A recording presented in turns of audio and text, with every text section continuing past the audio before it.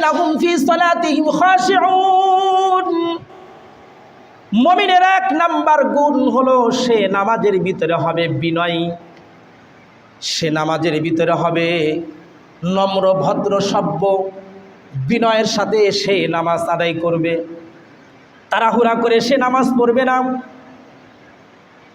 সে নামাজের ভিতরে দুনিয়ার কোনো চিন্তা টেনশন করবে না। নামাজে যখন দাঁড়ায় যাবে শুধুই মাত্র তার সামনে রব্বুল আলামিন ছাড়া আর কেউ থাকবে না।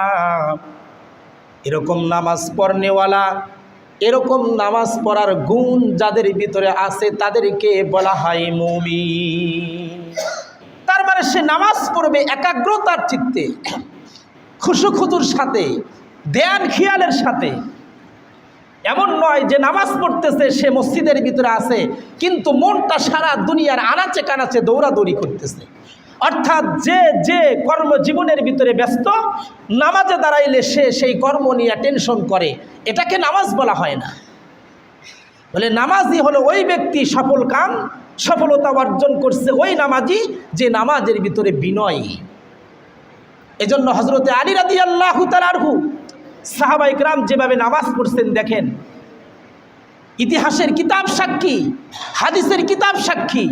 হযরত আলী রাদিয়াল্লাহু তাআলা আনহু, কাফেররা তাকে তীর বল্লম মারছেন, পায়ের ভিতরে তীর ঢুকে গেছে। অন্যান্য সাহাবীরা এটাকে বের করার জন্য চেষ্টা করতেছেন কিন্তু বের করতে পারেন না। হযরত আলী রাদিয়াল্লাহু তাআলা আনহু চিৎকার দিয়ে ওঠেন, ব্যথায় আক্রান্ত।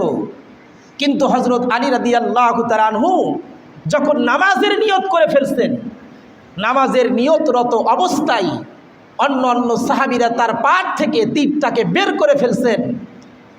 নামাজ শেষ করে হযরত আলী রাদিয়াল্লাহু তাআলা আনহু বলেন, তোমরা কি আমার শরীর থেকে সেই তীরটাকে বের করে ফেলছো?